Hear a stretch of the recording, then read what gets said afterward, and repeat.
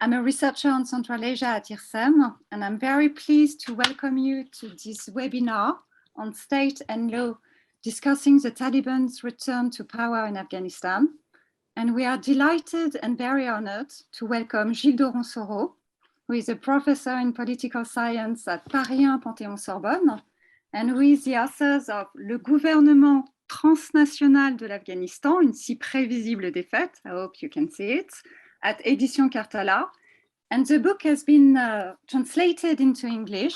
So this is Afghanistan Transnational Government, such a predictable defeat. And Adam Baczko, who is the researcher at CERI and CNRS, and who is also a visiting scholar at Columbia University in New York, where he is right now. And Adam is the author of La guerre par le droit, les tribunaux Taliban en Afghanistan at CNRS éditions, also translated into English. So this is War by Law, Afghanistan, Taliban Courts. So based on your respective books, we will ask ourselves today the question of how have the Taliban, despite being defeated within months in 2001, managed to beat the coalition led by the US in such an asymmetrical conflict. The speed of the Taliban's return to power reveals the disintegration of the regime put in place by the West. And this is not a surprise. That was highly predictable. And Gilles, I think you have been the first one to say it aloud. One remembers the paper you wrote for the Carnegie Endowment for International Peace entitled Waiting for the Taliban in Afghanistan. And that was published as early as September 2012. So during Barack Obama's first term, so right in the middle of the so-called surge, which was the quick increase in military and civilian resources to Afghanistan. So a debate on the causes of the failure of the Western intervention in Afghanistan appear highly necessary. And the ironic thread between Gilles and Adam's presentation is the question of statehood. Actually, the request from the Afghan population for a centralized public authority that would embody law and justice, that would arbitrate, resolve conflicts. I mean, the request for a barbarian state, in a word, has been ignored by the coalition. So the coalition did bypass the Afghan institution, and we will see how with Gilles in a moment, whereas the Taliban were rebuilding public services through the establishment of Islamic courts in rural areas, thus responding to the very demand for statehood from the Afghan population. And this is Adam's part. So now, Gilles, I will give you the floor. So you have roughly 20 minutes. Thank you very much.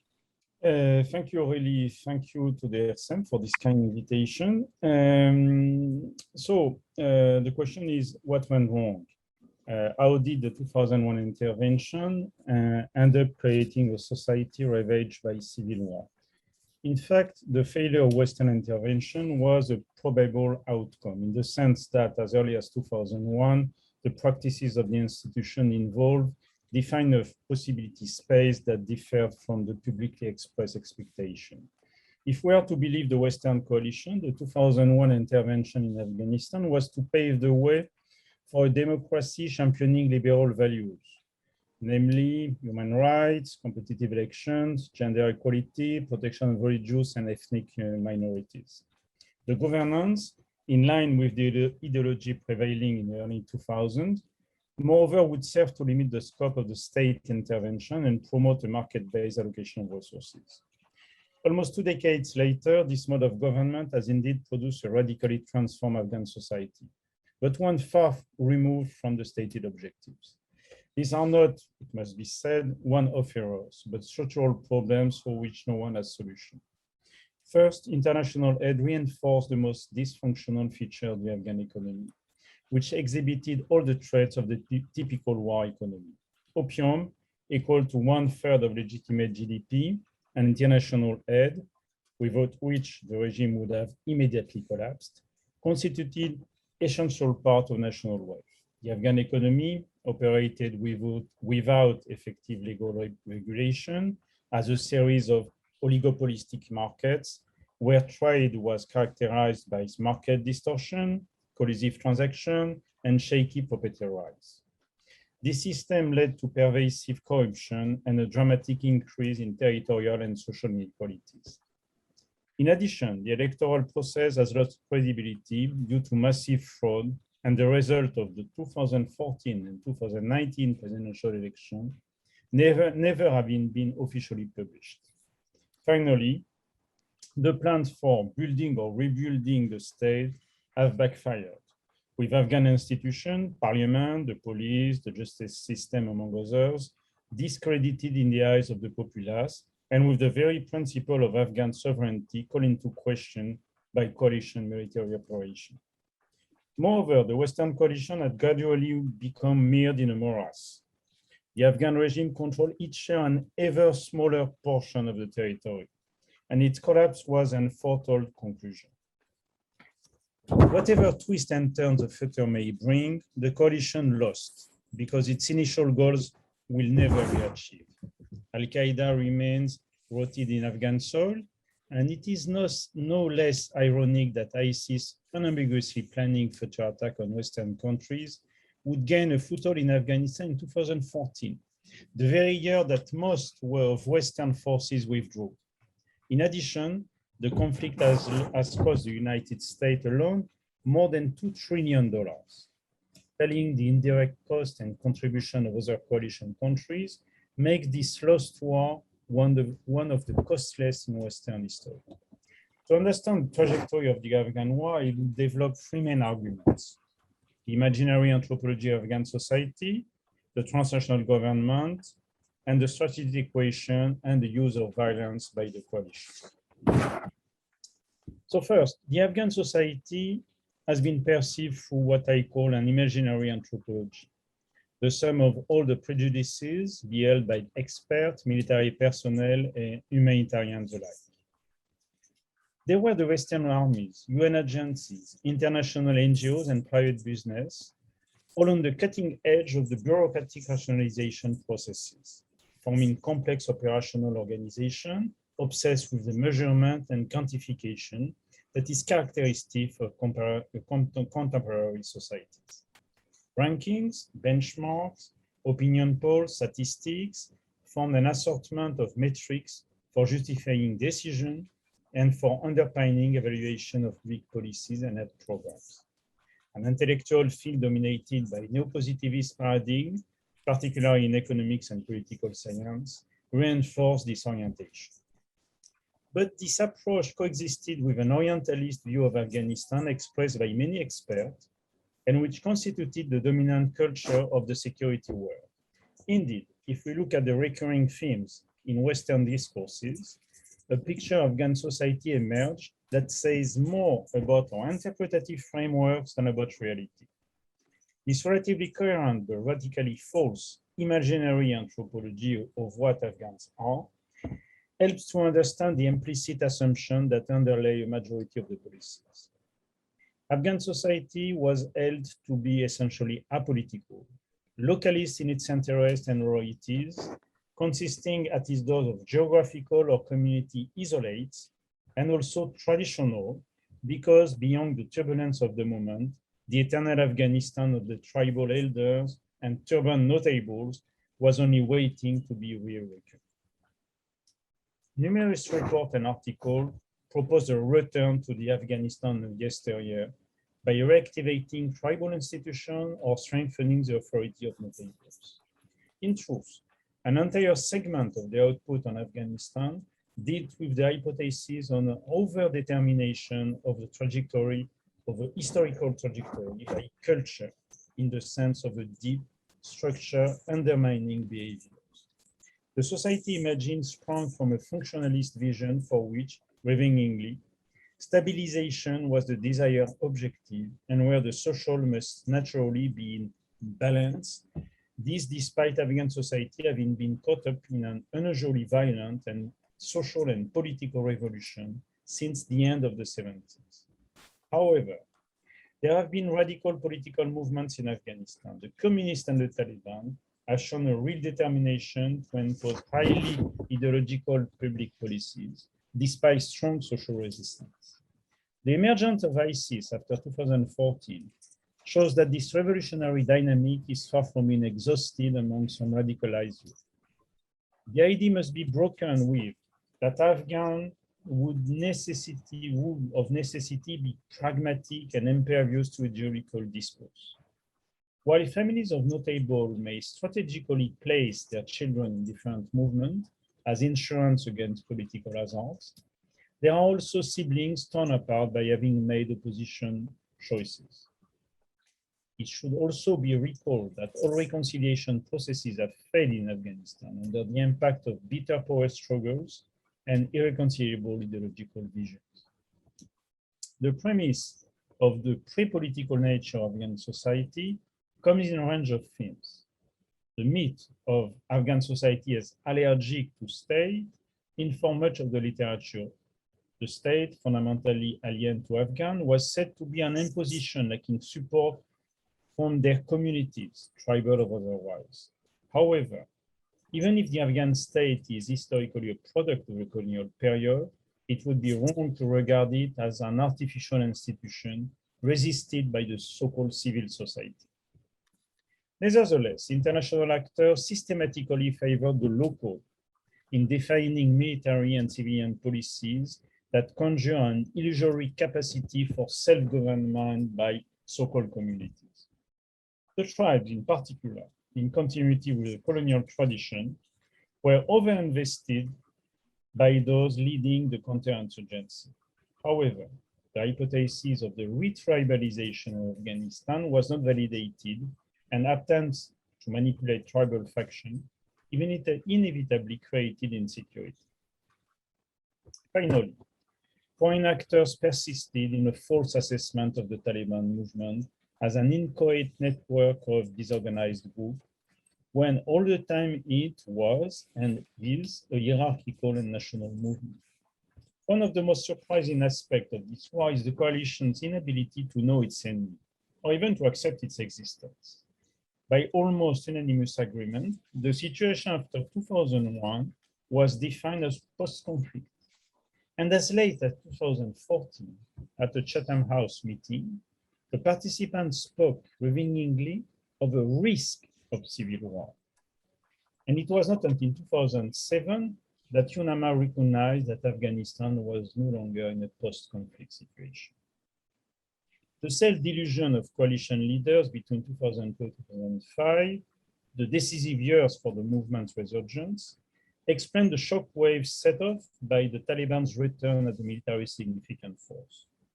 Until then, the consensus was that the movement had bled out. For example, on February 2004, at the Kabul press conference, Karzai declared that the Taliban as a movement doesn't exist anymore. They are gone, he said. And that any violence perpetrated was the work of common criminals. Over the same press conference, Rumsfeld added, "I'm not seeing any indication the Taliban poses any military threat to Afghanistan." Similarly, in January 2004 interview, Lieutenant General David Barno, commander of US forces in Afghanistan, explained that the Taliban couldn't come out in large numbers against coalition military forces, and therefore did not pose a significant threat. Confronting heightened insecurity, the coalition subsequently had to backtrack on this diagnosis. But until the withdrawal, and for some time afterward, the Taliban were described as a set of poorly coordinated groups of fighters without a strategy, mobilized around local claims, or attracted by a lure of profit, the legend of the $10 a day Taliban. What's more, a specialized consultancy on internal dissension in the Taliban developed to satisfy its clients' preconceived notion that there had to be such disagreement, despite the lack of reliable information on the movement's internal dynamics. For years, analysts expounded on the Taliban's internal divisions regularly detecting splits within the movement based on alleged internal sources. Their credibility suffered when Mullah Omar's death in early 2013 went unnoticed until July 2015, when it was officially announced. It is difficult to overemphasize the decisive role of the bias played in developing what are now seen to be inept counterinsurgency strategy. That said, we must return to stating the obvious. The Taliban are a nationally organized political movement. This fact has been denied for too long, or when admitted, the consequences were not drawn.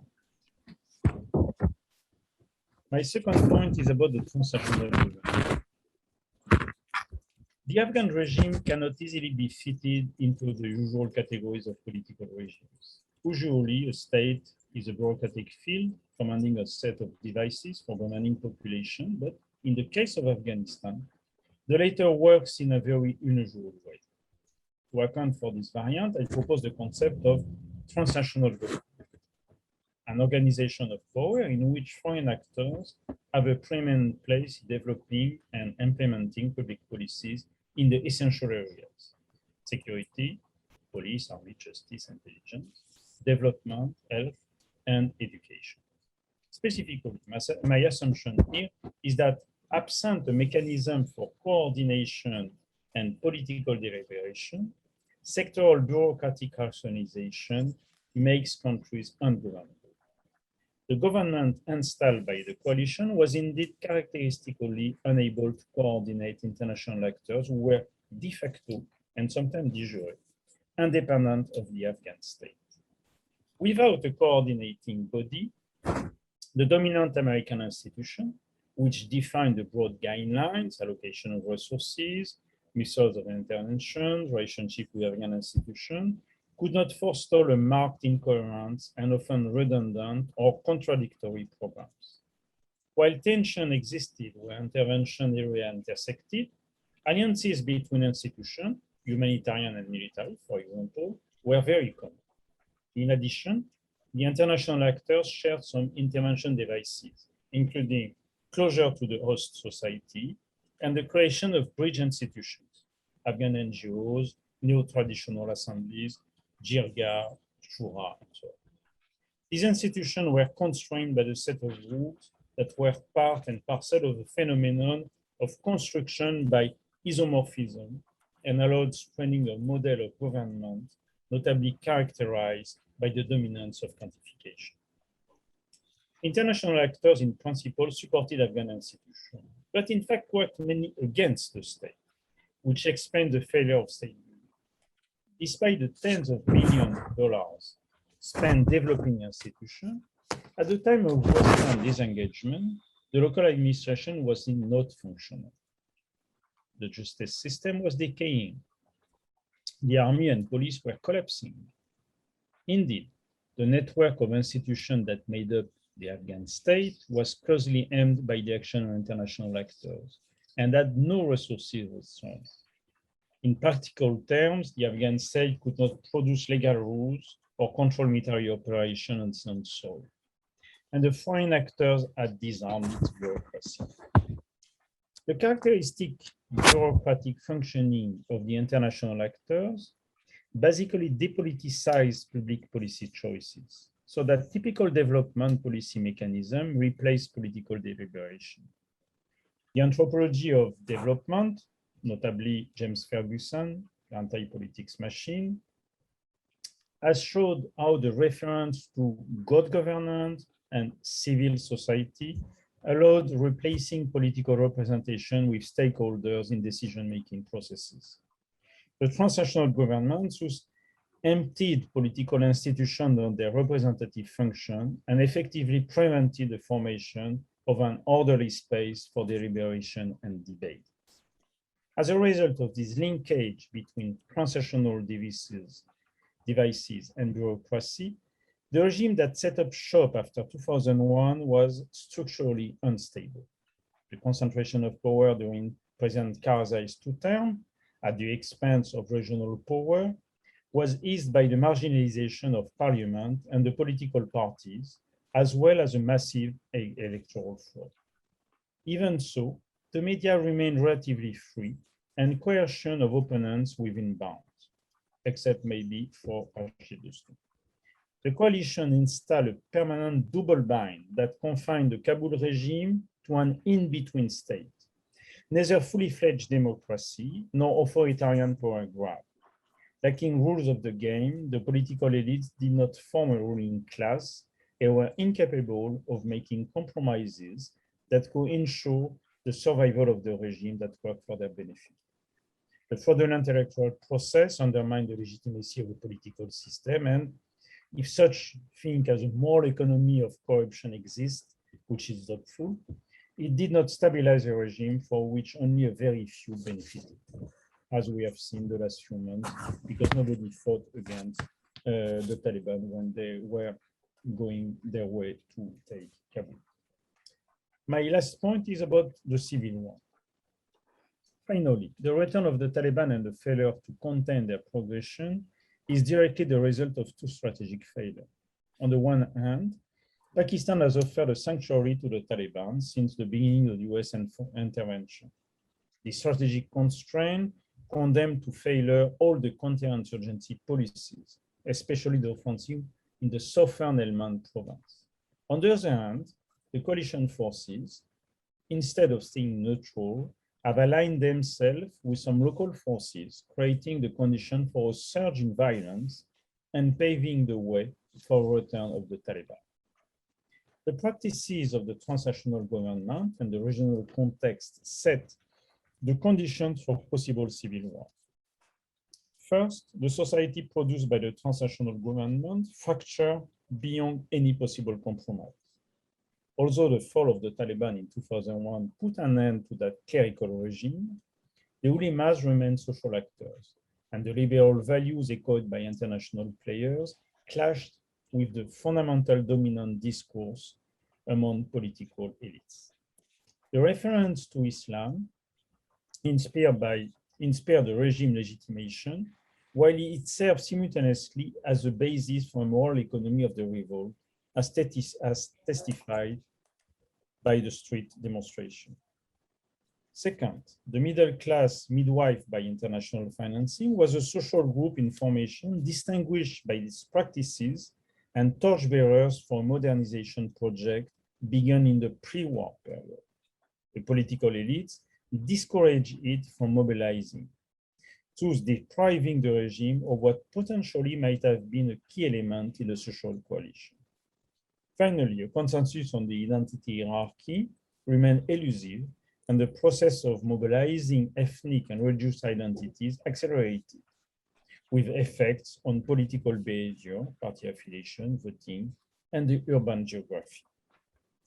Moreover, the inability of the United States to settle on current objectives led to a build-up only to have it end in disengagement. In particular, it could never resolve the decisive question of Pakistan's support for the Taliban, which scotched any chance of success for coalition military operation.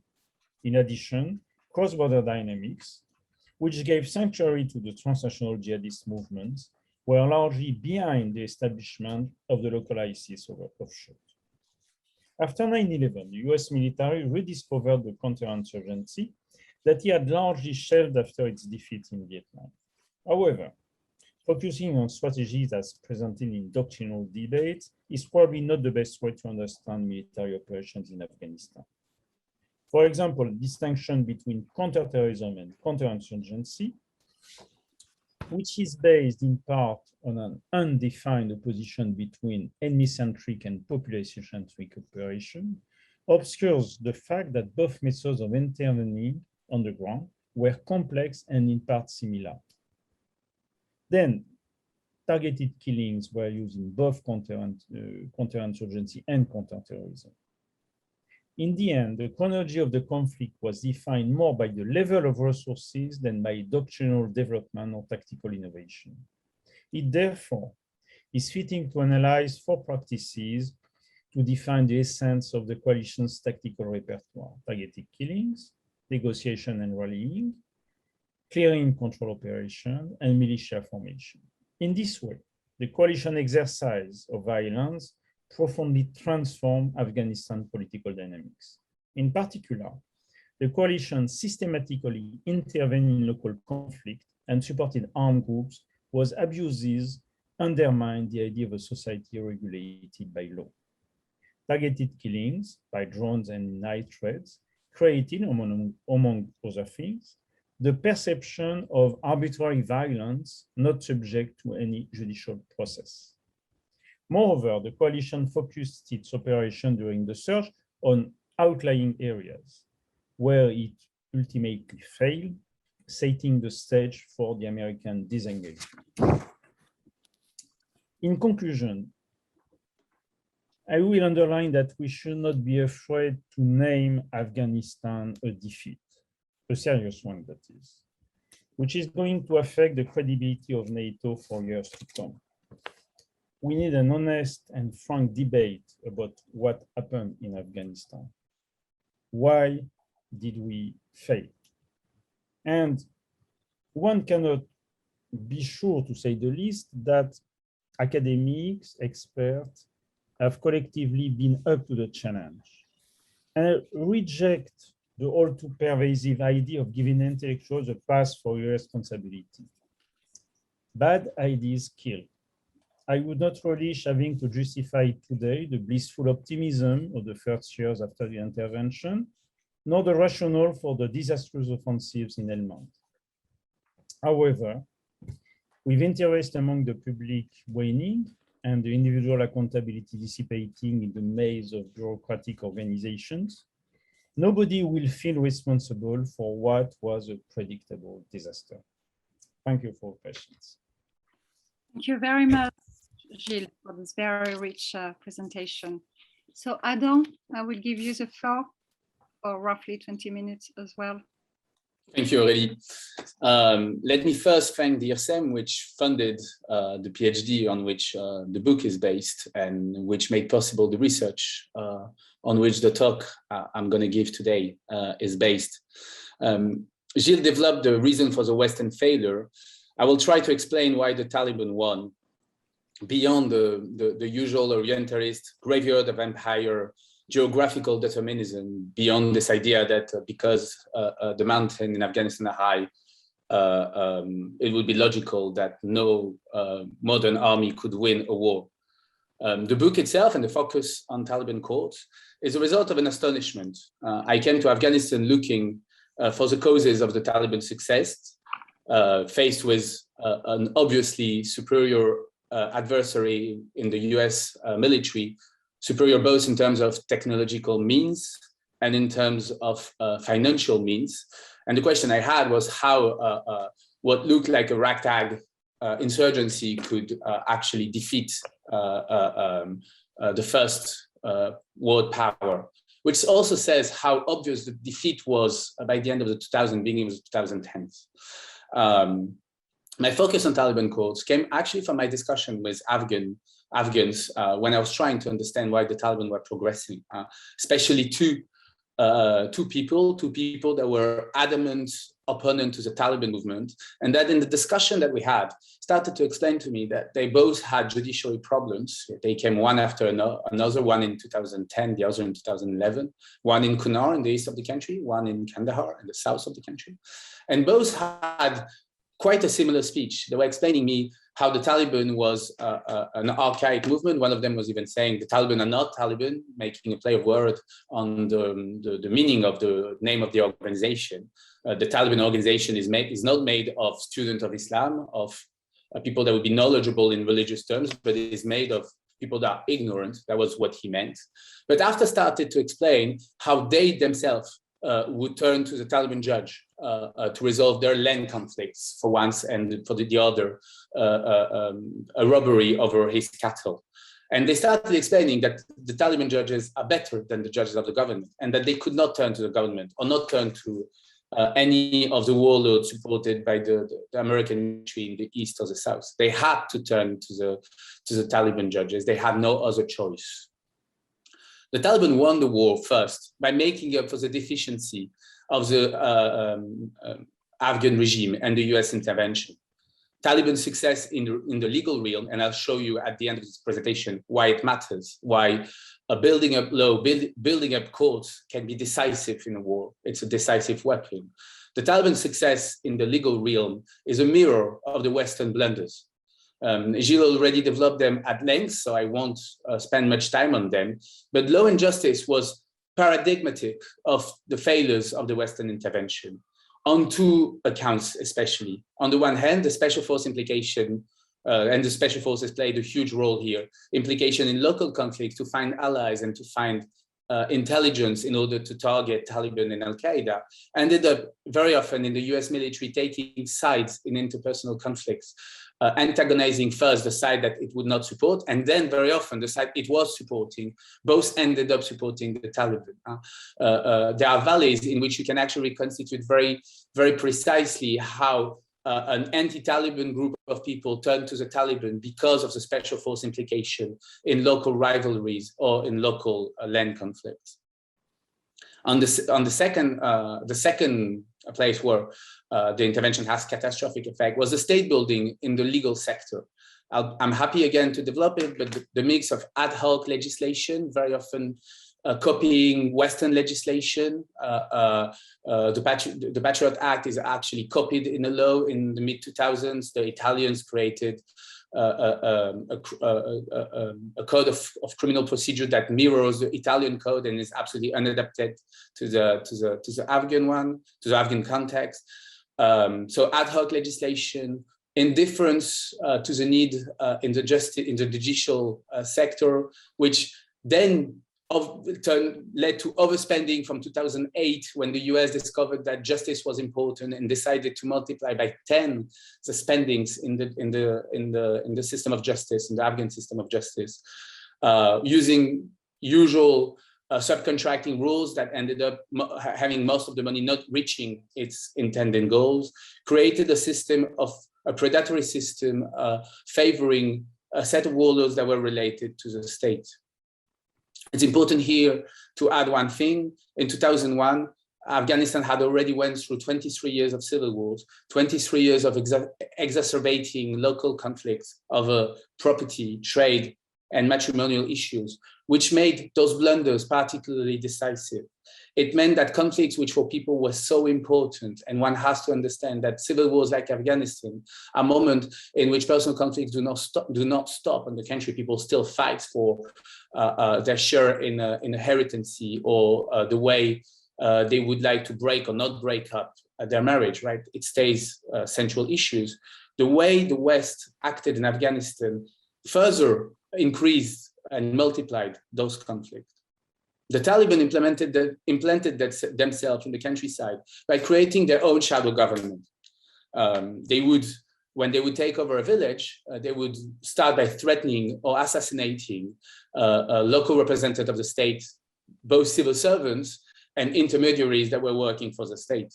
When I was telling you about the two people that were opponent to the Taliban, one of them, for example, had to flee his village a few years before because the Taliban threatened him personally.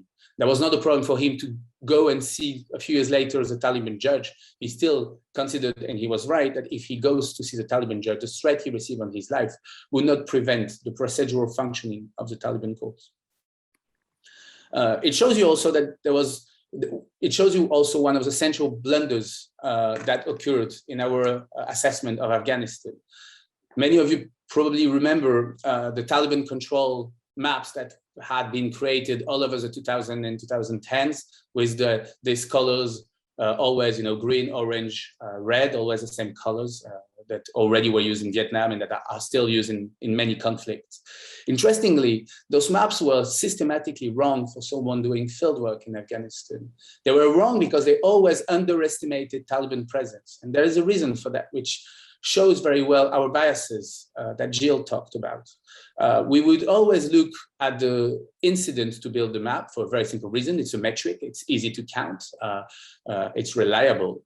But the problem is that the incidents, which meant basically the Taliban attacking Western forces, were not a sign of Taliban implantation in a region. It was a sign that the Taliban was strong enough to attack It was actually a sign of the Taliban's success, not of the Taliban starting to implant themselves.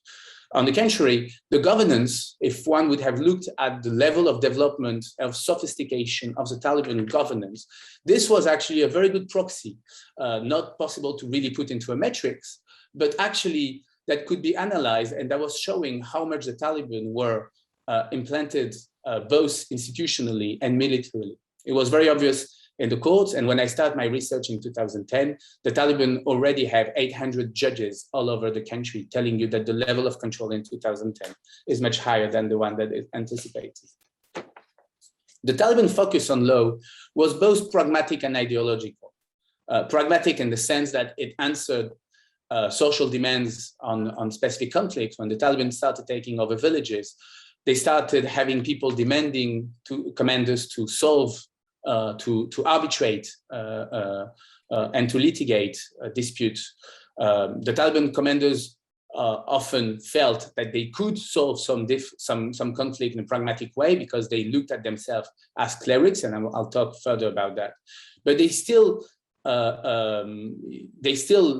the leadership of the movement to know that there was this demand all over the country, which led from 2005 and 2006 the Taliban insurgency to invest very heavily over the building of a judiciary institution. Right? You have to think that for a movement like the Taliban, whose budget we've never really known, must have been somewhere between 10 millions and 50 millions per year, but it's really rough numbers.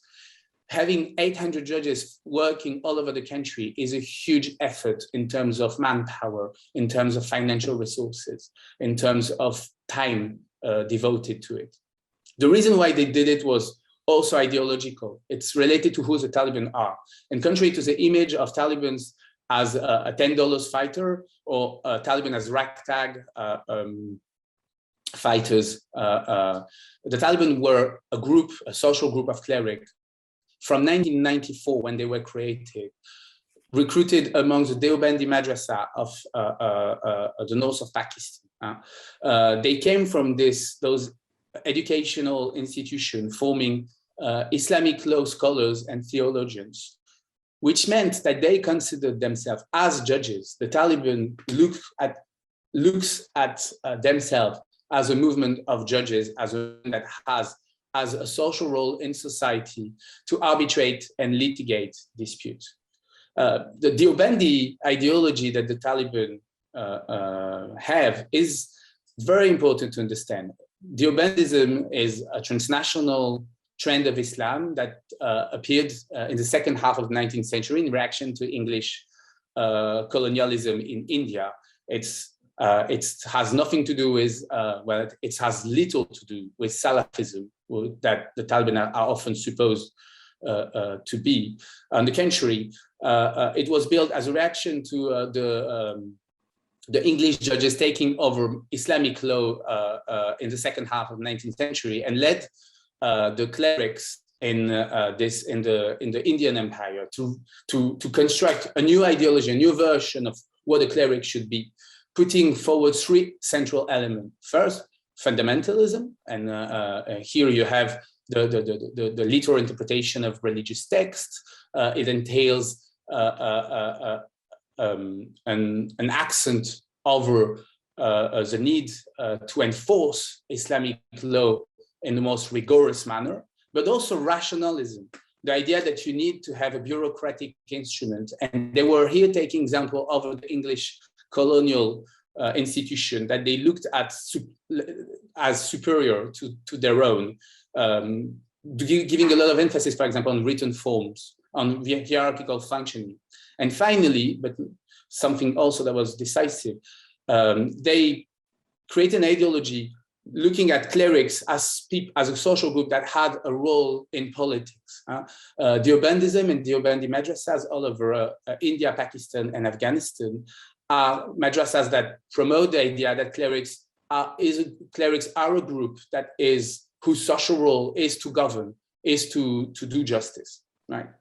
So the Taliban movement could had at its disposition, which is not frequent, a group of judges, a group of people that the people in the countryside would recognize as having judiciary skills, as having a competence in law. They use those judges by inserting them into an institution. If the Taliban illustrates, if there is a lesson to take out of the Taliban, in a sense, to say it ironically, the Taliban show that institution works in a context of armed conflict. That rather than having this idea of localizing justice, of listening to so-called traditional, customary, ahistorical tendencies, institutional functioning is one of the central, one of the core way of answering social demands. They inserted the judges in a hierarchical system following the 1964 Afghan constitution. So district courts, appeal courts, and Cour de Cassation, because the 1964 Supreme Court, the 1964 Afghan constitution is inspired by the French constitution. So the Supreme Court is a French version of a Supreme Court. They created a system of rotation. I would speak to judges that had rotated between 5, 6, 7, 8, 9 different provinces, from the east to the west, from the south to the north, always with a certain reflexivity over why they needed to rotate. Several judges explained to me that rotation was central because it was allowing the judges to remain external, to remain impartial. And with this very idea that impartiality in a moment where conflicts, interpersonal conflicts are everywhere, must go by the need of the judge himself to be outside of the social tissue, to be someone that is difficult to approach, someone to who you will not propose gifts or payment. A system of clandestine inspectors was set up, and I spoke to one of those clandestine inspectors. His role was to ask questions to people if they were satisfied with the judge. And they did have cases of judges that would take money or would take gifts. I would also have reports from people that they had such cases. But all the reports that I managed to gather of judges that were corrupted ended up in the judges getting punished. A procedural functioning was at the core of the system, despite rudimentary appearances. If you compare the Taliban to other insurgency, of whom I have observed or studied the judicial practices, the Taliban did not insist on the most classical judiciary rituals, having the judge behind the table, sitting on a chair, higher than the rest of the crowd. The Taliban, on the contrary, trying to hide from the special forces that started targeting them from 2008, tried to be as little visible as possible. Though they tried by 2007-8 to create fixed courts and devoted buildings to the courts, they stopped after 2009, after a set of attacks on the courts, and decided to keep having judges that would move from villages to villages and sit down in a mosque or the living room of one of the important inhabitants, to following very classical rural ritual in Afghanistan, who sit on one side, having the two sides of the conflicts on both sides, and the crowd sitting all around. And they would judge in something that would look like any meeting, but the way that the conflict was dealt with was procedural, starting with a specific way of taking the complaint, of dealing with the testimonies, of investigating, and a procedure for appeal, both in case of a complaint about the judge or appeal just for a complaint about the procedure itself. Finally, and core to this system, an insistence on coercion. And interestingly, when I was asking questions over the use of very severe punishment, including cutting limbs or lapidation, the judges were feeling very confident, and on the contrary were bragging about the need for such heavy punishments.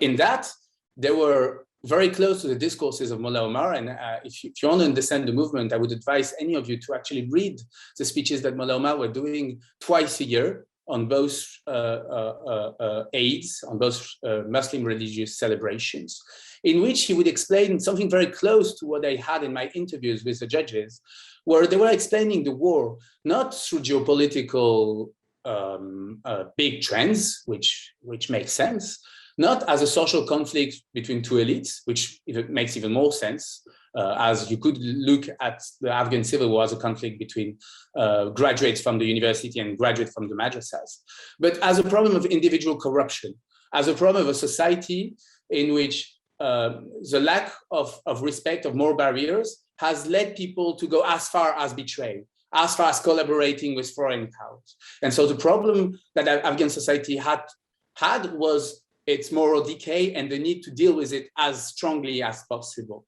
In that sense, the insistence of the judges on coercion is a mirror of the moralistic perception of the movement over the war, of the need to put Afghans back on the right track. Interestingly, this coercion and this insistence of coercion, the heavy punishment itself, was rather popular among my interlocutors that had to deal with the Taliban court, especially in civil conflicts, everything related to land property. I remember one particularly inextricable conflict over a forest in the east of the country, in which the losing party actually explained me how the Taliban, it was a conflict in which each party had tried in different ways to solve the conflict, but also to avoid the solving of the conflict whenever the other parts were winning it. And the Taliban were called upon by one of the parties, and they came with a big display of force, 80 fighters at the beginning of the war, you know, a bit of a setup to have a message passed. And they took the decision in favor of one of the family and not the other. And they added that if the losing party would refuse the judgment, its land would be burned, its house would be burned, and it would be banned from the village. This functioning, which doesn't follow obviously classical rule of law, was, according to the losing party, a necessity, according to himself. He was saying that finally he could leave his house without having his Kalashnikov and without fearing his neighbor. On the contrary, and it's interesting, I can develop that if you're interested in that, the heavy hands of the Taliban, the heavy punishment, were much less popular whenever the procedure related to political justice, to judging spies or people accused of collaboration. Here, we witnessed actually in Afghanistan a set of small revolts, and for instance, a set of revolts against the use of decapitation in the beginning of the 2000s were successful. Mullah Omar ordering by the end of the 2000s the end of decapitation in reaction to small revolts all over the country against this practice. The recognition of the legal nature of the Taliban institution had four effects, and which shows you how law can be an important weapon. First, it gave to the Taliban a position of guaranteeing land property. It created a vested interest in rural areas for the Taliban victory. Second, it allowed the Taliban to overcome ethnic divides in a paradoxical way. Though the Taliban stayed all along the war, a movement in which the leadership favored heavily the Pashtuns over the rest of the country, having a procedural justice in which Tajiks, Uzbeks, and Turkmens were treated equally, gave credence to the argument of the Taliban not to be an ethnic movement and to be a nationalist movement, which is what they pretend to be. Their ideology is to say, we are not a Pashtun movement, we are an Islamist movement. What we want to build is a state in a national perspective. It gave credence to this vision of themselves as being a state that treats its citizens equally among Sunnis. With Shias, it was slightly different. I can develop that also if that interests people here. But it explains you partly with the recruitment of many Tajik, Uzbek, and Turkmens in the north, how it was from the north that Kabul was taken. The north became a stronghold of the Taliban, and the idea that the Taliban were only coming from the south and the east became false by the 2010s. Third, it allowed the Taliban to disseminate a conservative ideology, especially an ideology particularly patriarchal in gender relations, in which their vision of promoting and reconstructing what they considered as a moral society went through giving all power to the head of families. Fourth, and probably most importantly, it legitimated the cleric's claim to concentrate all powers. And the regime that comes up today from the Taliban victory is based on this legitimation of their claim. By judging conflicts the judges presented themselves as being the solution and as being a sort of common good, of public good. They would speak as not of the need of giving to clerics power, which would be the blunt way to put it, but of the need to have a real justice and of the better competence of the clerics to give a better justice. That's how they justified in practice in the countryside the concentration, the stronger and stronger concentration of power. I must, to conclude, remind you that the judgment of my interlocutor was not that the Taliban justice is good or bad. Interestingly, the two interlocutors I told you about in the beginning still remain adamant opponent to the Taliban. Turning to Taliban justice was not necessarily adhering to their program, but it was a relative judgment. You'd better go to the Taliban judge than to the judge of the government or the special forces or the civil military unit in your region.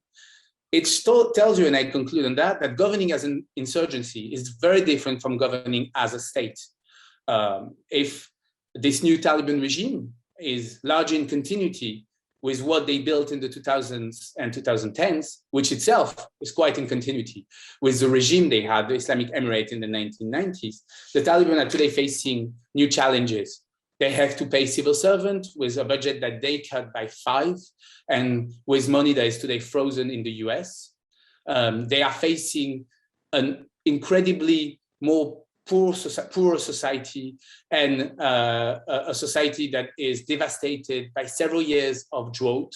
We have today a humanitarian crisis in Afghanistan of a size that is quite unprecedented. And interestingly, all those elements came before the Taliban, and the Taliban have to face with it. They are not the main cause of it. It tells something about what we created there. And finally, the Taliban are in a strategy of international recognition. Yet, they have won the war and look at their position as the possibility to implement the state they envisioned and fought for and died for. In that sense, there will be a tension between the claim they do of compromise and the will they have to implement their own institution. The real question, in a sense, is not what the Taliban will do. The Taliban have been consistent over all those decades. The real question is our strategy, because the people who have not been consistent in Afghanistan is us. And today, in the context in which the Taliban are, again, illustrating a strategy quite consistent with what they did in the previous year, the real question is the strategy the West will employ in dealing with the Taliban. Thank you. Thank you very much, Adam, and thank you very much to both of you. Before launching the debate and the discussion, I may ask some 2 or 3 questions. First, which is very interesting, is that also the Taliban have won the war. They are actually in a weak position. And perhaps to start with a question for Gilles, do we see after the end of the civil war, so we had 43 years of civil war in Afghanistan, and this is the end of it with the Taliban's return to power, do we see a kind of cultural or social war against them on the part of educated urban groups? Would you say that?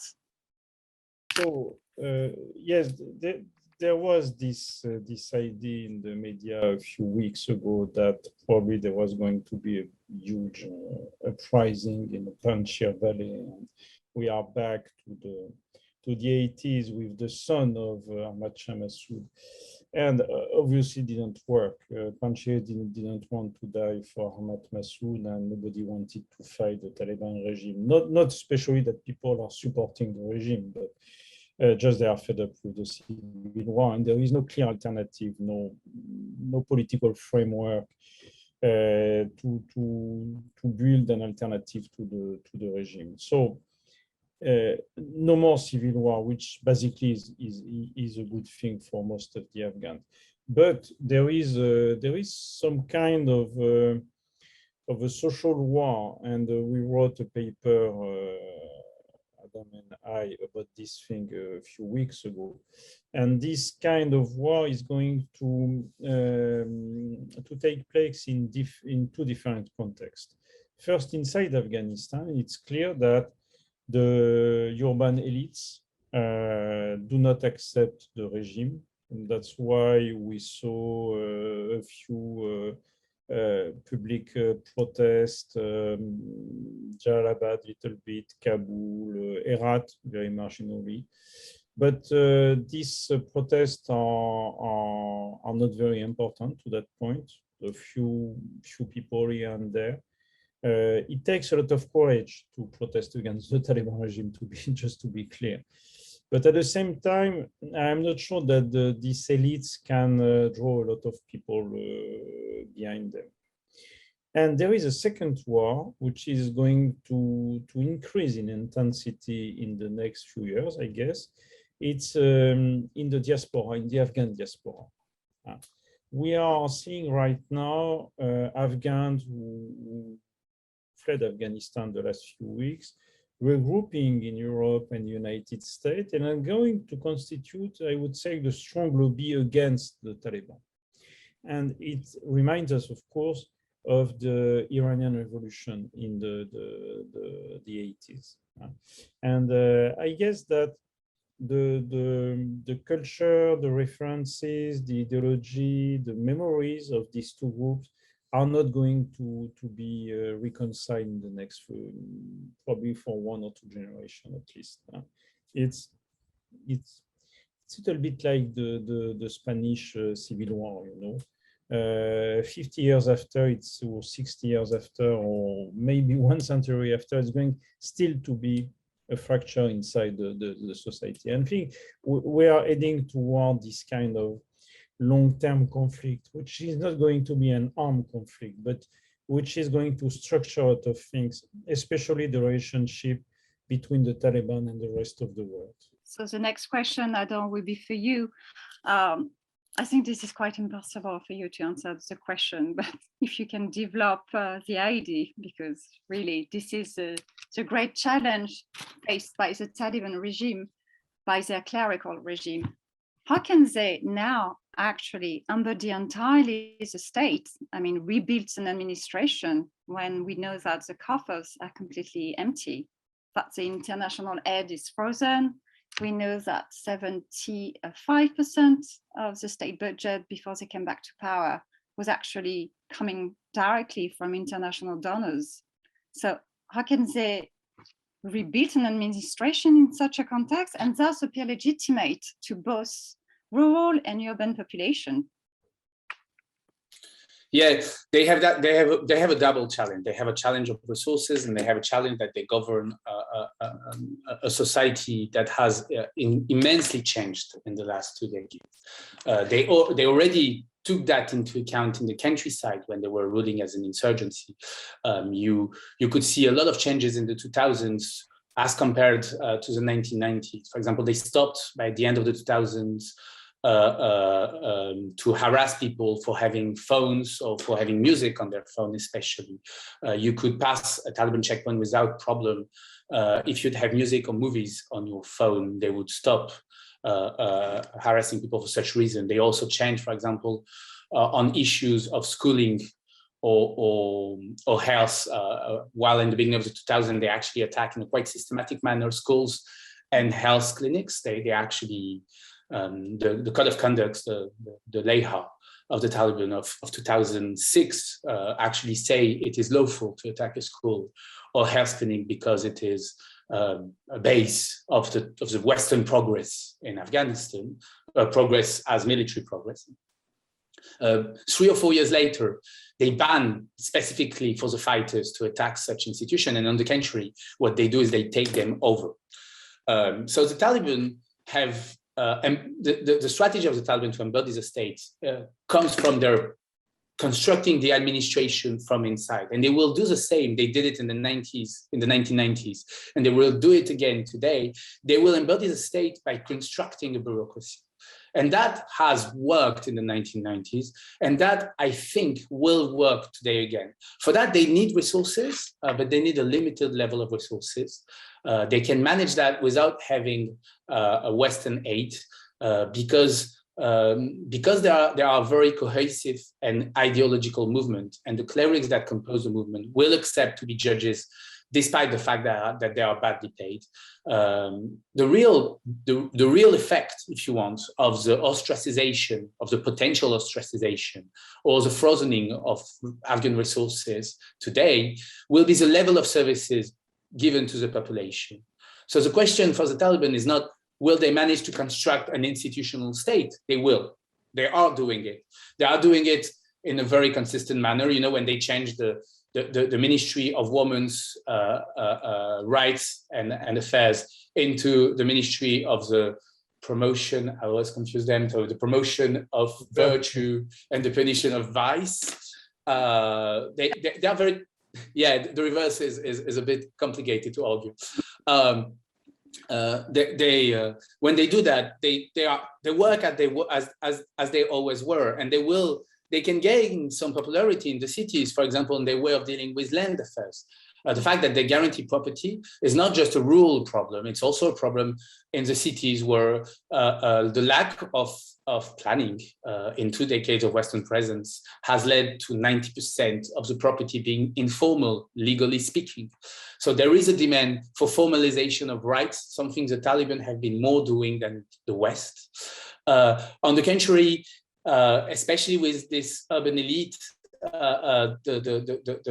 the religious justice that the Taliban put in place, the way they emphasize some adultery affairs can create huge tensions in cities. And so they will have problems to deal with. They are already reconstructing courts. I have reports of them reconstructing the courts system in the cities. So they will do a state. The only problem is they will not provide the same level of services. And if they have to face hunger because they don't have the means to answer it, well, they will face it. Okay, thank you very much. So my last question, and after I open the floor to discussion, and I will read the question from the public. According to you two, what kind of deals can we, the West, make with the Taliban on the 3 main issues, which are terrorism, migration, and drugs? What would you say? Well, it's complicated. I know. Let's start with the obvious one, drugs. I don't see a lot of difficulties here because at the end of the 90s, the Taliban were able to eradicate opium cultivation in Afghanistan. So they can do it again. The only question actually is we must pay, because actually the Afghan farmers are in desperate need of cash, so they need money. So, but if we pay, we can have a deal. The real question is how to make sure that the money is going to the farmers and not to the Taliban structure. So I think this is quite easy. On the migration problem, I guess Pakistan and Iran are going to take care of most of it because they are actually quite strict on their borders. They don't want Afghan refugees. So, well, basically, there is this idea that millions of Afghans are going to come to Europe, a little bit like the Syrians, you know, and I think it's overblown because the travel from Afghanistan to Europe is quite difficult, actually. And so I don't think, and so far, actually, we do not see a lot of people moving. The real question is actually that we closed most of our embassies in Kabul, so people cannot get a visa. And I think it's more or less on purpose that we've closed the embassies. So for all this reason, I don't see a real problem. And I'm going to leave the real tough question to Adam about terrorism because that's yeah. In a sense, I would put the question. I would answer this way. There is no doubt that the West will deal and speak with the Taliban. The way the French state and the American state are doing it in Doha at the moment illustrated, and they will speak, as you said already very well, on the issues you talked about. Gilles talked about drug. One ironic fact: the Taliban have been reducing by 10%. Not 3.5, 10% helmet production in a few weeks ago. Just as a message, we can if you give us what we need. They show the ability to do it in a negotiating stance. In a sense, terrorism is something we already do. The question is the level to which the West will deal with the Taliban. But obviously, everyone is interested here in the Taliban dealing with the Islamic State, which is the real thing when we speak of terrorism. And there is the Al-Qaeda issue, making sure the Taliban, making sure that there's not a new bombing on a big bombing in the West or on a Western base somewhere in the Middle East by Al-Qaeda that have been organized from Afghanistan. That is the first question. And here, actually, that's where the cooperation is the most difficult. But the Islamic State is a common interest. And here it's where actually it does happen. There already is, it's informal, it's not official, but it's already happening. Same with the Russians. Everyone wants the Islamic State to be contained to the transborder region in Afghanistan and Pakistan. The Taliban themselves, because the Islamic State is a real rival to the authority. It's a group that speak to a very different constituency in Afghanistan. It's a group that have a radical ideology in a way that is incompatible with the Taliban. It's another social group. I want to add here the human rights because it's not a moral posture. It's a strategic one. I think the West would be in a position, if and only if it would negotiate together with very strong stance to obtain very good results in a catastrophic situation of human rights.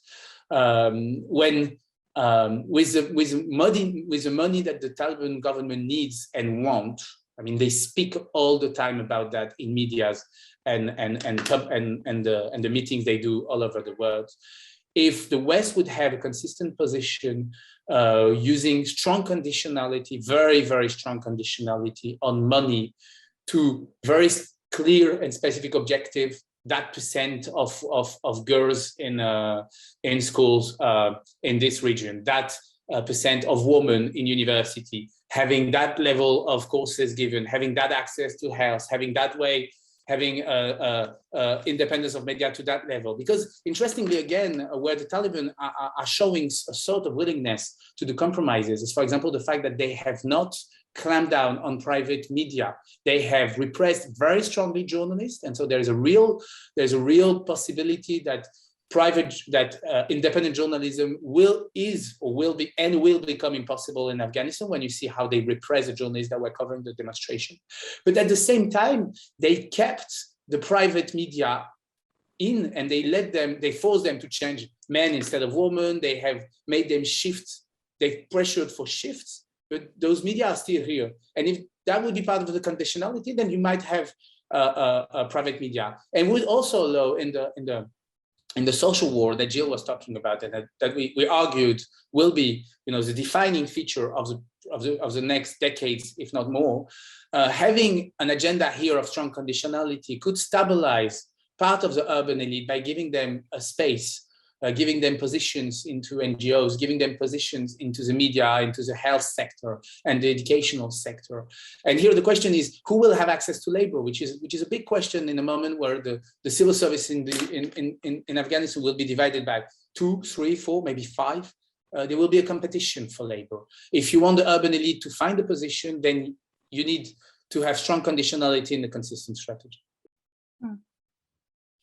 But do you think, Adam, that the Taliban could accept these very strong conditionalities? Yes, I think they will if it's a technical conditionality, and that's the whole game. I mean, the European Union is an amazing player at that game. I'm speaking of something that people that are working aid knows better than I do. There are many ways in which you make a political debate looks technical. We have dealt as political scientists over that issue, and Gilles spoke about Ferguson. Well, it's the time to play like Ferguson, like what Ferguson described, to make political issue look technical. make metrics and criteria for once, if it would be consistent. I think here it's one of the ways in which the Taliban will be okay to discuss. One has to remember that in the 1990s, the Taliban were collaborating quite well with NGOs.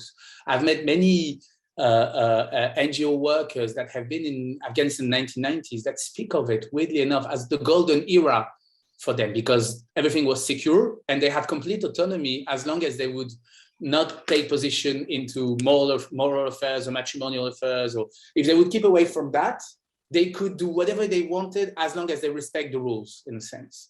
That gives an idea of the Taliban knows, the Taliban as a movement knows what they don't know, what they don't have the competence to do. They know that they lack competence in development issues, in the economic sector, in the educational sector. They are trying to stabilize their regime on a longer range than what happened last time. So just to have a precision, but for example, in the educational system, I mean, you had to change your curricula, no, a bit, no biology courses, things like this, I guess. Absolutely, absolutely. You had to change the curricula. You had to take out stuff and add religion to it. Obviously, I'm not saying that everything can be negotiated and that you can transform by conditionality Afghanistan, the way Afghanistan will be under the Taliban, in something that would resemble the way Afghanistan was before the Taliban. I'm saying there is a room for maneuver here. And in the educational sector, it's a good example. The Taliban negotiated with the government, which itself was under pressure for the World Bank, that the schools under Taliban control would not end up going anywhere. And so within this negotiation that happened provinces by provinces, and then on the national scale in the Ministry of Education, I'm speaking of 2011-12, so it's very early already. You had actually the Taliban accepting that girls until 11-12 could go to school. They had them accepting that mathematics would be given importance. You had a set of issues on which the Taliban would compromise, and a set of issues on which the Taliban would not compromise. Mm-hmm. Well, thank you. I have two questions that have been submitted to me in a written form, so I'm going to read because the person could not attend, and after I will read the fourth question I have already. So this question concerns Islamic State, and the question is, how can we explain the recent rise in power of the Islamic State in the face of the Taliban? I mean, under Ghani's regime, the Taliban managed to contain or even eradicate the Islamic State in certain provinces. So can the rise of the Islamic State can be explained solely by a weakening of the security services or by an aggregation of radical opposition to the Taliban? I'm not sure the situation was that good before the fall of the regime, actually. I remember quite clearly that you had a series of very violent bombing against maternity, against school, Shia, of course. And I don't think that the situation is much worse than before. And I don't think that the security services are less efficient than before. And to be frank, the fight against the Islamic State was not that much the fact of the government than the Taliban, actually. Just after the creation of the Islamic State in Khorasan, the local version of the Islamic State, you had a huge movement from the Taliban to stop the progression of the movement and eventually to retake the few districts they were in control. And altogether, what I am seeing is that the Islamic State is able to make bombings, to threaten people, terror attacks, yes, but they do not control any territory on the long run. I'm not sure that it's going to be much more than a terrorist movement, to be frank. And beyond that, there is something positive for the Taliban in all this. And first, it's actually increasing the support of the Shia for the Taliban, because actually the Taliban are seen as kind of buffer between the Shia and the Islamic State. The security is certainly not perfect, but for different reasons, the Taliban and Ministry of Interior is under the control of the Afghans right now. They are going to fight the Islamic State. So it's not that bad. It's also putting the Taliban in a position where they are defending the Shias vis-a-vis Iran. It's quite a good thing, actually, and even for the cooperation with the Western countries. So altogether, what I'm seeing is more terrorist movement, and the political implications are not all bad for the Taliban. And the idea that it's the start of a civil war, at this point, I don't buy it. Yeah. Thank you. And the second part of the question, and after I will read the other question from the public, and I'll come back to this one later on. The second part is the threat of an expansion of the Islamic State to the Central Asian Republic, as claimed by the Russians. Is that credible in its current state, or does it serve to create a threat in order to justify a security posture? You would be in a better position than me to answer this question, because Adam and I are not working in Central Asia.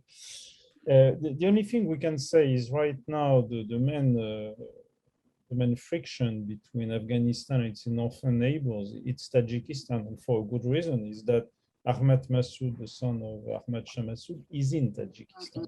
So actually, Tajikistan is the place where the armed opposition to the Taliban is regrouping. So that's creating a tension on the border for obvious reasons. Beyond that, I don't have the feeling that the Islamic State as such is a threat for Central Asia, for one reason, is that the movement is basically more Pakistani than Afghan. When you look at the people who funded the Islamic State in Khorasan, you find a big chunk of Pakistanis. And the Afghans who are part of this movement have a very special profile. Some of them were in Guantanamo. So they are not very representative of the Afghan society.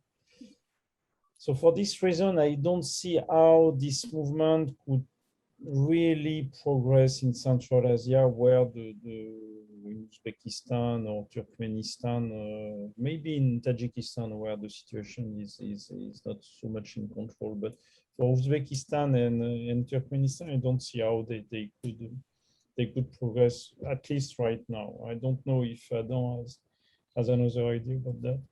Yeah, I think the worry can come from the fact. The worry comes from the fact that the Islamic State has been making gains around 2015-16 in northern areas, and has been attracting Uzbeks and Turkmen fighters, especially in the north. And that can lead some to think, it's not impossible, that you could have a passage between Afghan Turkmens or Afghan Uzbeks to Turkmenistan and Uzbekistan. The real question, I completely agree with Gilles, the media coverage of the Islamic State in Afghanistan at the moment is completely biased in a sense. It's the occasion to say, see, the Taliban does not control it that well, as they said. We never used Islamic State attacks that were on the same level in the years before to make such an argument. We actually used them to doubt that maybe it was the Taliban doing them. So now there's no doubt it's not the Taliban anymore, but it shows that the Taliban are weak. The real element that will show for me a rise of the Islamic State will be, again, territorial control, as they managed it in 2014, the 3,000 district of Nangarhar. And the real question on the long range, and I'm actually quite confident in that, but maybe I'm wrong, I think Gilles too, is the ability of the Taliban to clamp down on Salafi mosques in Afghanistan and the relation between some Salafi mosques and the Islamic State.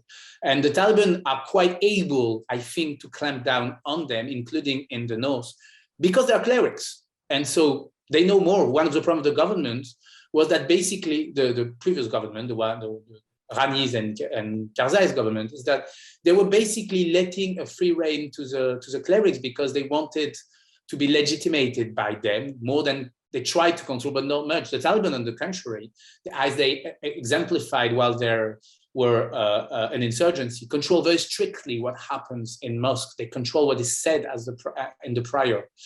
They are very strict in those issues, and they have a very clear control over clerics around, at least in Sunni areas, not much in Shia areas. They let the Shia deal with their own issue. So that gives them an ability to prevent the spread of the Islamic State outside of the places where the Islamic State is implanted. But for the moment, most of what we see is attacks coming from, the logistics is Pakistani in a sense. It comes from Pakistan. So that tells you that for the moment, you don't have what is required to have a passage from Afghanistan to Central Asia. Of course, Russia is worried, and they are right to be. I mean, if the passage happen, they will have big problem in Central Asia. So they have reason to worry. I will just add that recently the Taliban government closed a few mosques which were Salafist. So that's a clear indication that they want all the ulemas, the mosque under their control. And I think they can do it. I think they can do it. They have resources to do it. Okay, thank you. So I'm going to read some questions from the public. So I'm reading it. So in July, the US intelligence thought the Afghan regime and the Afghan army would resist the Taliban until the end of this year. What are, from your perspective, the roots of the failure of the US intelligence agencies? Please go ahead, Gilles. This time, this is for you. Yeah, this one is for me, I guess. Yeah. First, I would like to point out that there is not a big difference between a regime falling after 20 years of war, a regime falling in the middle of August and a regime falling in the middle of December. It's marginal, actually. So what is clear is that after February 2020, the deal between the US and the Taliban, it was clear that the regime was going to fall. Nobody serious could think otherwise. It was a done deal. It was a fatal conclusion. I mean, there is no margin of error really, except a few months here and there. The second thing is that probably what made a difference actually is that the Taliban were working underground to have deal between with the notables, the commander of the local garrison, and they were infiltrating the system. And that obviously it's difficult to know exactly what kind of deal was made at that time. So probably that's one important thing. And the second thing is that for outsiders, the data were classified. Data about the Afghan National Army especially were classified the last few years because they were very, very frightening actually. When you saw the turnover in the Afghan National Army, the level of killed or wounded every year. I mean, it was not sustainable, clearly. And after, when you don't have the data, it's difficult to exactly pinpoint where is the point where the system is going to break. Yeah. Adam and I, basically, we thought that it was going to break somewhere in the autumn. Not very sure, but well, the last possibility was the next spring.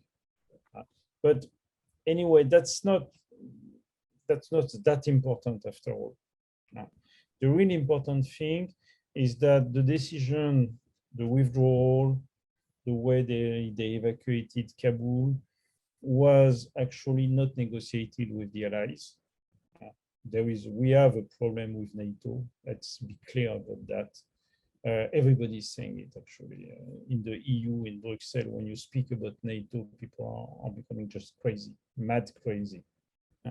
It's you have heard very undiplomatic talks from the EU about what the Americans did in Kabul the last few months.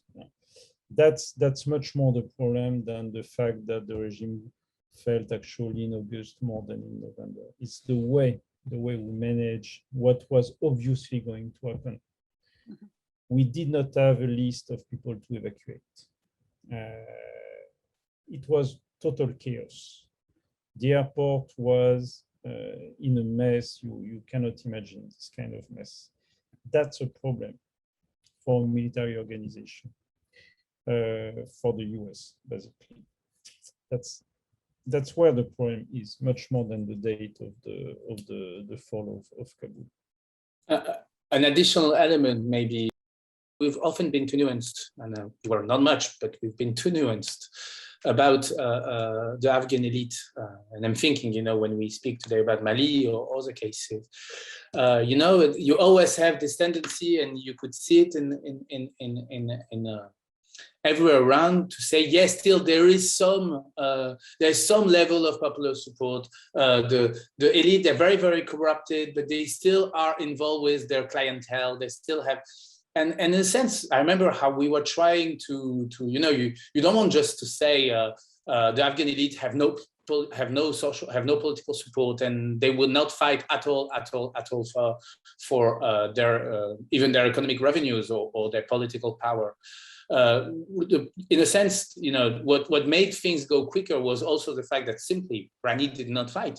That most of the big fighters like Dostum and Ismail Khan, they did not fight. They literally did not fight. They fought very little. They abandoned the ground very quickly. And that tells you that if we have underestimated something, it was, and we did say they were very corrupted, is how much they were. We always try to nuance that, and maybe we nuance it too much. Yeah. Thank you. So another question, how does Iran look at the emergence and the building of the Taliban state? There's a problem of chronology here, because it's not as if Iran was suddenly aware that there is a Taliban regime in Kabul right now. And the reality is that probably 10 years ago, everybody knew in the region that the US and the NATO was losing the war. So actually, they had a lot of years to prepare the arrival of the Taliban. And after, let's say, 2020, it was a question of months.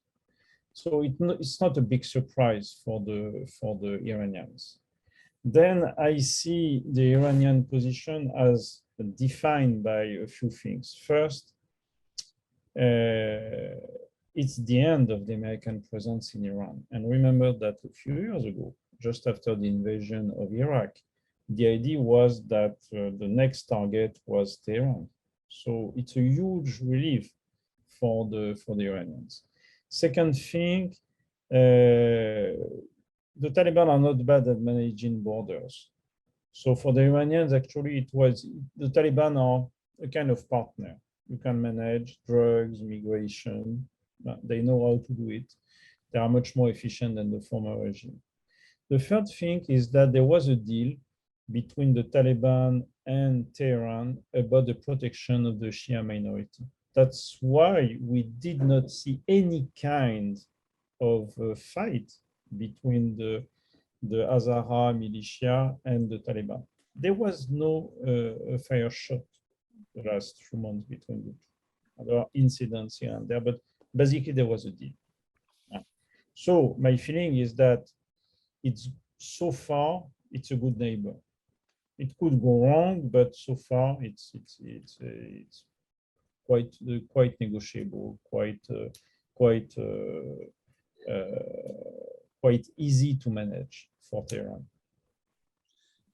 What could be added is that, in a sense, Iran, like Russia, never wanted the Taliban to take power. It's not that they wanted the Taliban to take power. They just pragmatically dealt with the fact that the Taliban actually controlling their border in the same way as they control the northern border of Afghanistan, where Russia is in practice managing the border. Iran had the same problem, and they accepted pragmatically that they will have in front of them a Taliban regime rather than the previous regime, in which they had good connections. Iran had good connections in the previous regime. They could negotiate elements. They had good relays. They simply pragmatically had to accept that the Taliban are taking power. And the last issue where they have good collaboration is that Iran wants the Islamic State out.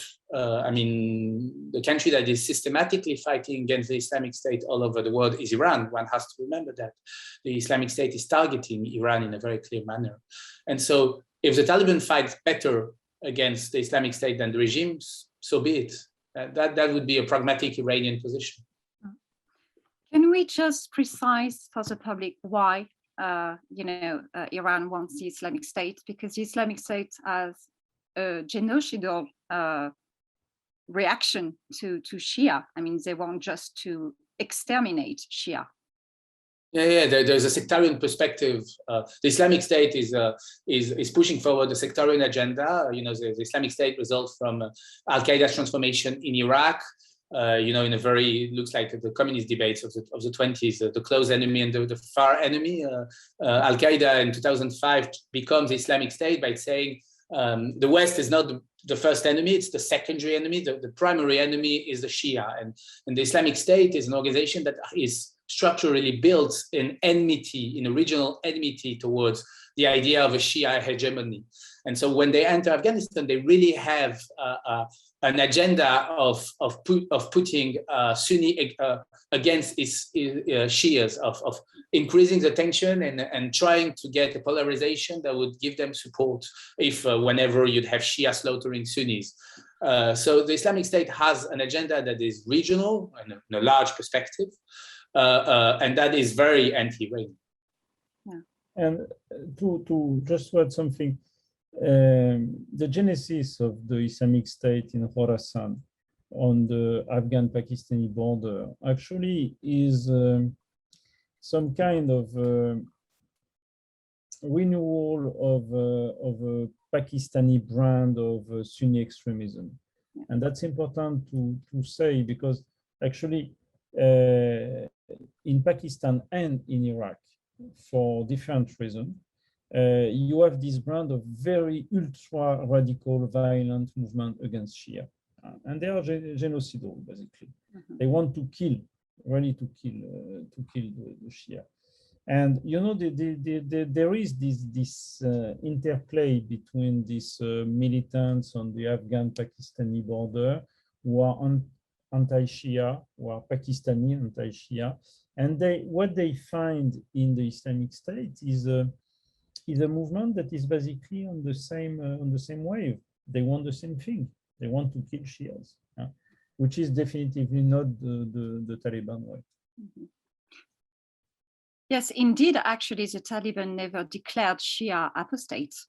It never happened, right? Oh, no, never happened. No, takfir is a very very Islamic State thing. Absolutely. Yeah. Takfir, which is excommunication. And actually, in the 1990s, the way they dealt with when they took over Hazarajat, so the center of the country, which is mainly populated by Shias, is they basically delegated to a Shia cleric the governing of the country. And so you see here that if they consider Shia Hazaras as second-class citizens, because that they do, and actually something that's very traditional in Afghanistan. The Afghan state has always had this vision, you know, in the 60s, 70s in Afghanistan, the law was clearly saying that Shia were to have lesser retribution for the same crime or conflicts than a Sunni. They still consider that they can collaborate with a Shia cleric and give him power over his community. So you know, in a sense, they dealt in the 1990s with the Shia community by speaking between clerics. Yeah, and it's interesting that the killings of Shia Hazara in Mazar-e-Sharif or in Bamiyan, the killings were not about even ethnic cleansing or genocide of Shia. It was much more the reaffirmation of the ethnic hierarchy in Afghanistan. So the Hazara, you can live with them if they are at the bottom of the hierarchy. That's the Taliban way of, and that's basically a little bit the Pashtun and Sunni way of considering the Hazara. And this is what, 20% of the population? Nobody knows, but probably. More or less, yeah. Okay. So another question. So I read it as such. Maybe a dumb question, but why does ISIS and Taliban does not try to seal an alliance? A provocative question. There's no way. There's no way, and from the start, if you know, from the start, the publication of both our movement were very clear on this issue. There is an ideological disagreement, and that tells you the Taliban is an ideological movement, as is the Islamic State. They do believe that ideas matter and that they have a political program that they want to implement. And here, you know, the Islamic State has a global agenda where the Taliban have a national agenda. When you would read, there is in the publication of the Islamic State, I don't remember number 3, 4, 5, an article on the Taliban, and they accuse the Taliban of being what? Of being nationalist, of being casuist, because they follow Hanafi jurisprudence. So jurisprudence based on, well, jurisprudence, so a case-based justice and justification of the judicial decision, and it's considered as a very important thing. They don't take it as just a technical thing. If you decide to be Salafi or using a Hanafi jurisprudence, well, you have nothing to do together. And they consider the Taliban as not being real Islamists, as basically being a localist, people that deal with local affairs and are so interested into local issues. While the Taliban, on the other hand, they have been writing interestingly enough, that the Islamic State is radical, that it has a global agenda that is not compatible with international order. And so you see here two very different visions that are not compatible. The Taliban wants international recognition. The Islamic State is specifically aiming at transgressing international rules to argue that the international order must be broken. You really have two movements that have a completely reverse perspective over international order and over Islamism as a political problem. At the same time, there is this relationship between the Taliban and Al-Qaeda, which can put us complexity in the whole picture. But I would say it's like why the communists and the Trotskyists do not collaborate. You know, it's not very likely, let's say. Yes, because from a theological point of view, indeed, ISIS does not recognize Mazhab, so they refuse the taqlid, the imitation of Mazhab, and Taliban are Deobandi, so from the Hanafite right of Sunni Islam, of course. Yeah, but, and the very classical, well, it would be too technical, but it's the jurisprudence is very classical, and there is not much innovation in that. Yes. But does Al-Qaeda recognize Mazhab? It's complicated. It's complicated. As far as I know, Al-Qaeda is very nuanced on this issue. Even the recognition of the Sufi dimension in Islam. They are not this kind of Salafist. Yes, they are Salafist, but even in this Salafist movement, there is a minimum recognition of Sufism. Absolutely. And they are against popular Islam, what we call popular Islam, the Ziyarat and all that stuff, but they tend not to interfere with in Afghanistan at least, they tend not to interfere with this kind of practices. Especially to Naqshbandiya Tariqat. I mean, they are really keen on it. Yes. Yeah, because historically, Naqshbandiya has been the main element of the fight for Islam in the Balkans, in Central Asia, Caucasus. So for obvious reason, Naqshbandiya is a very special case, which is not the case of Qadiriya, especially in Afghanistan. where it's considered as not so orthodox, a little bit heterodox, at least at a local level.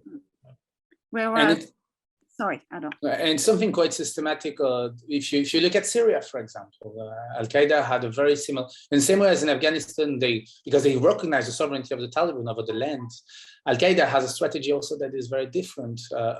They accept not to rule a population, but to let someone else rule them, and to accept compromise with movements that are not exactly on the same lines. And if you look at what Jabhat al-Nusra has been doing in Syria until they officially broke the relation with Al-Qaeda, you could see the same ability to let rule, despite whatever the internal debates. There have been also internal debates over whether Salafism here should come out of Hanbalism jurisprudence or should reject every jurisprudence, every mazhab. They didn't try to impose that debate over northern Syria in the same way as they never tried to impose it over Afghanistan. They let rule and just wanted a base for the further operation against the West. Let's not forget that the gift to Al-Qaeda is the sanctuary. From now on, Al-Qaeda fighters have a place to rest, to marry, to have children, to have a life without being too much afraid of drones. It's the gift is really what Al-Qaeda needed to survive in the long run. Let's not forget that. I think it's essential. And have the luxury to live even in the cities, right? To marry there, to live there, and especially in the cities where the detection is much more complicated than in countryside. So you can't have a drone attack by the US, right in the middle of the city. Or you can do it, but if you do it, the political consequences are huge, and I'm not sure it's worth it. Depends with the target, but most of the time it's not worth it. So 2 other questions, I'm going to read them. A multinational India-Pakistan meeting with Taliban representative has been held today in Moscow. The US have finally cancelled the invitation. Is the Russian Federation designing and building a new Asian order for law and international recognition concerning the Taliban? I wouldn't put it as I think it's something much more pragmatic here. The very fact that Moscow invited the US shows that Moscow was not trying to they are of course as Qatar, for example, they're trying to show leadership, but they're not trying to have an exclusive deal of which the US would be excluded. The US excluded itself from those discussions. Interestingly, what Moscow is trying to do, which is not dissimilar to what Qatar or China or Iran or even India aims at, they all want the region to stabilize. There is a regional demand, quite clear from every country, including India, the big regional loser of the war, that the war ends. And here I think Russia's first aim is that there would be some kind of pressure on the Taliban and recognition of the Taliban. They want a sort of position that ensure that the Taliban do not do whatever they want, but at the same time, they don't end up being ostracized and radicalized by a complete ban and being on the side of the international community. So Russia is trying to play a game that is quite similar in a sense to what a lot of actors in the region want. So another question, in which measure does the fight against ISIS give leverage to the Taliban to obtain international recognition as a quote-unquote noble state? Well, I would say not much. Not much so far. Everybody wants to speak to the Taliban, at least the Western government. They want to speak to the Taliban because they have a few files to deal with the Taliban, the migration, drugs, and so on, what we talk about a bit later, before. The thing is that to speak about recognition right now, it's a no-no for the US government. And without the US government, nobody in Europe is going to recognize the Taliban. So actually, it's going nowhere so far. What the Taliban can hope for is more aid from the EU, but EU has already promised 1 billion something to help the urgent need of the people, of the Afghan people. Maybe a few financial deals. I'm thinking of a World Bank or some stuff like that. But basically, recognition is, I think, it's not possible right now. And for probably for a few years, it's not going to happen. Mm-hmm. Thanks. I'll come back to my third question of the beginning. So how can we evaluate today's relationship with Islamabad concerning Tehrik-e-Taliban issue, especially, and with China on the issue of Turkestan Islamic Party? I start, and then you read complete. Yeah, okay. So the relationship with China is basically a commercial one, a strategic one, but the Uyghur question has no importance. Basically, the border, the frontier, the land border with China is very, very small. Mm-hmm. And it's 4,000 meters high. So half of the year, it's not passable because of the snow.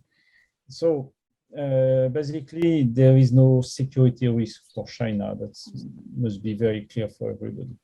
And so the relationship is going to be developed around copper mines, about natural resources, ability of the Chinese to probably put Afghanistan on this network of countries, the Silk Road, this kind of thing. With Pakistan, the relationship is extremely close, but at the same time, deeply conflictual. It's extremely close because the sanctuary in Pakistan allowed the Taliban leadership to win the war. Basically, without Pakistan, the Taliban would not be in Kabul today. At the same time, there is a series of conflicts. The first conflict is the border, because Afghanistan do not recognize the Afghan-Pakistani border as it is right now. The second issue is that a lot of people in Afghanistan dislike Pakistan because Pakistan is seen as kind of heavy-handed in the way that it tries to manage the Afghan political situation. And basically, Taliban are Afghan nationalists. And so if they can get a little bit space from Pakistan, they will try to get it with Western countries, with India, with Russia, with whatever. But the problem is that right now, they are not internationally recognized. So beyond Pakistan, they have not a lot of close allies. So I think the relationship is going to be managed, but there is a strain, really underlying strain in this relationship. And probably in a few years, it's going to be much more complicated for Islamabad to ask things to Kabul.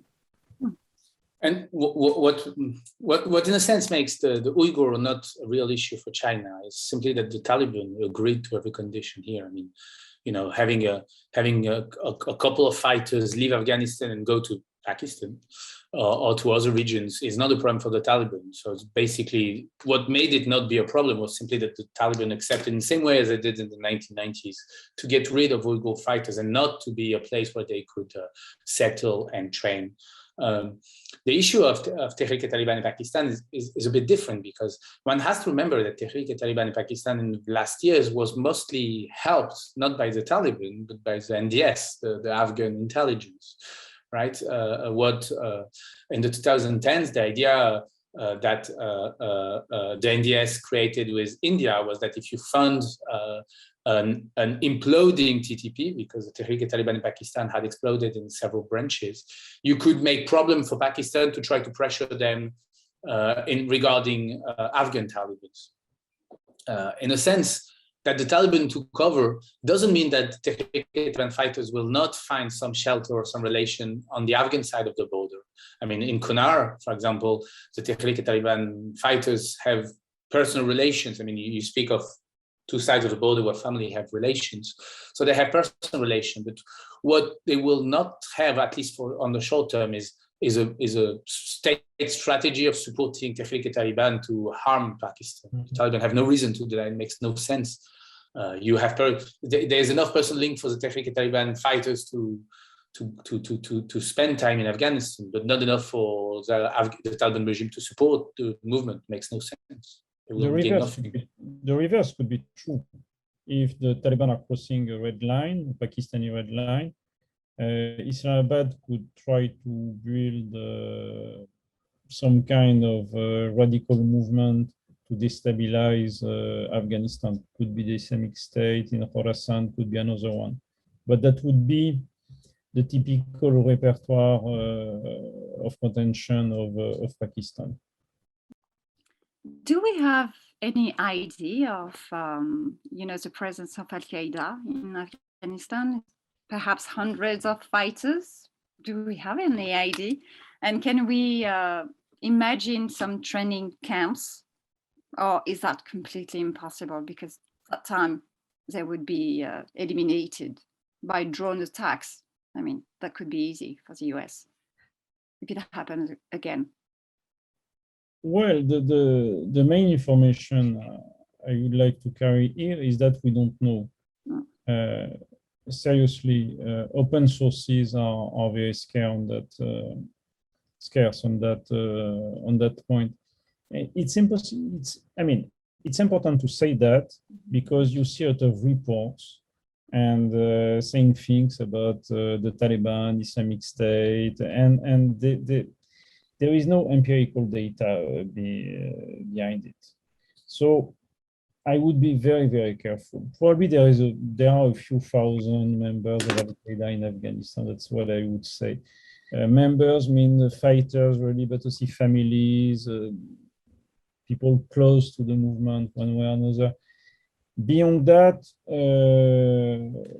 the presence of training camps, I don't think so. If there is a deal between the Taliban and Al-Qaeda to train fighters, they just have to put some Al-Qaeda fighters with the Taliban units and train there, and it would be impossible to detect.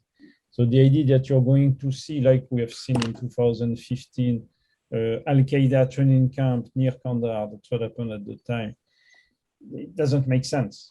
If you want to train fighters, you put them with the Taliban unit, you train there, it's an elite unit, and nobody's going to see anything.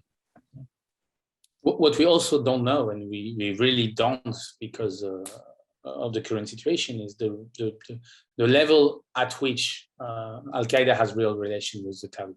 We knew in the 1990s. Today, it's very difficult to know.